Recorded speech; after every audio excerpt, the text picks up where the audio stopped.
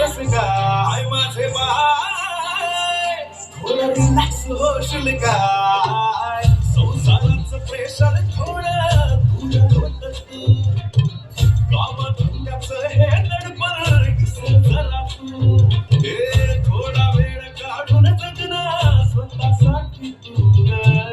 बेधुंद होऊन बया फिरक जरा तू विसरून साऱ्या जगाला सैर भैरा चला चलो बया थोडं मराठ मोडना चला चलो बया दिल खोलून जगूना चला चलो बया जरा कुका तू लावून